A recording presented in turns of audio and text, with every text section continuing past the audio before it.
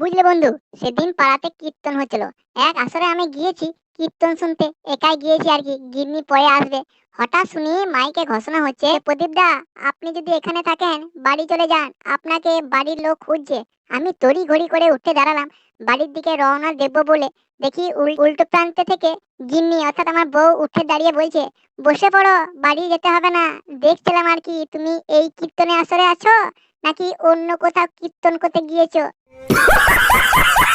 বুঝলে বন্ধু, ভোটের সময় হাতে কালি লাগানোর পর মন্টুর বাপের প্রশ্ন পোলিং অফিসারকে, স্যার স্যার, বলছি সাবান শ্যাম্পু না কিসে যাবে এই কালি? অফিসার উত্তর তখন দিচ্ছে যে কিছুতেই যাবে না, 5 বছর থাকবে। তখন মন্টুর বাপ পায়ে পড়ে গেল পোলিং অফিসারে, আমাকে 1 সিসি দেন স্যার। কি কাকুতি মিনতি করছে ওই মন্টুর বাবা অফিসারকে। অফিসার তখন বলছে, কেন কেন, কিসের জন্য দেবো, কি করবে এটা নিয়ে? তখন তখন ওই মন্টুর বাবা বলছে, যতই কলপ দিই স্যার চুলে, 15 দিন বেশি টেকেই না, এবার লাগাবো আপনার কথা শুনে, একবারে 5 বছরের জন্য নিশ্চিন্তে থাকবো। দেখো কি কাণ্ড। এক ভদ্রলোক একটা হোটেলে খেতে গিয়েছে। হোটেলে খাওয়া দাওয়ার পর বিল মিটাতে গিয়েছে আর কি।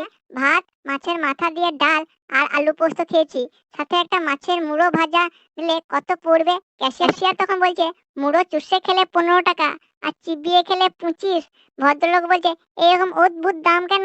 ক্যাশিয়ার বলছে, চুষে খেলে কাঁটাগুলো দিয়ে আগামীকাল ডাল হবে, মন আজকে খেলেন। বুঝলে বন্ধু, মদনের বউ তার স্বামীকে বলছে, আচ্ছা, আমাদের বিয়ের দিন আমার বাবা তোমার হাতে 10,000 টাকা বান্ডিল দিয়ে কানে কানে কি বলছিল গো? মদন তখন বলছে, আরে সে এক মজার কথা, তোমার বাবা 10,000 টাকা বান্ডিল দিয়ে আমার কানে কানে বলছিল যে এইরকম বান্ডিল আরো পাবে, কিন্তু মেয়ে যেন ফেরত না আসে। দেখো কি কাণ্ড। বুঝলে বন্ধু, ওই নারকেলের শ্বাস আর ভালোবাসার বাঁশ বাইরে থেকে একদমই বোঝা যায় না, তাই না বন্ধু?